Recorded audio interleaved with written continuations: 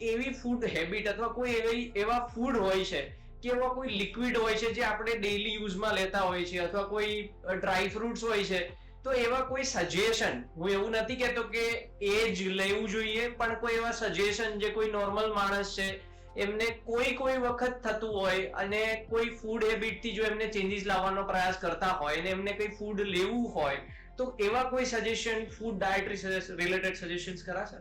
Sure. Vegetable soup, mixed vegetable soup, tomato soup લઈ શકાય. અંજીર is a very good laxative, safe. એમાં calcium બી આવી જાય, આયર્ન બી આવી જાય, અને lots of the minerals are there. That is always included.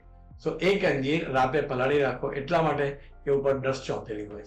પલાળવાથી આખી રાત પાણીમાં રહે, ઉપરની ડસ્ટ સવારે કાઢી, દાંત સારા તો ચાવીને ખાઈ જાઓ, કાં તો મિલ્ક શેક બનાવીને પી જાઓ.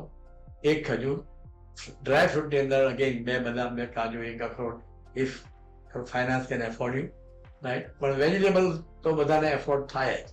અને plenty of water. The normal water requirement in summer is around 3 to 4 liters in 24 hours.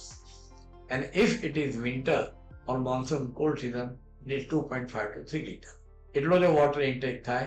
Leafy vegetables, મગજ શાંત હોય, ટેન્શન ના અને ક્વાઇટ લાઈફ હોય, તો કોન્સ્ટિપેશન કેન બી એવોઇડેડ completely.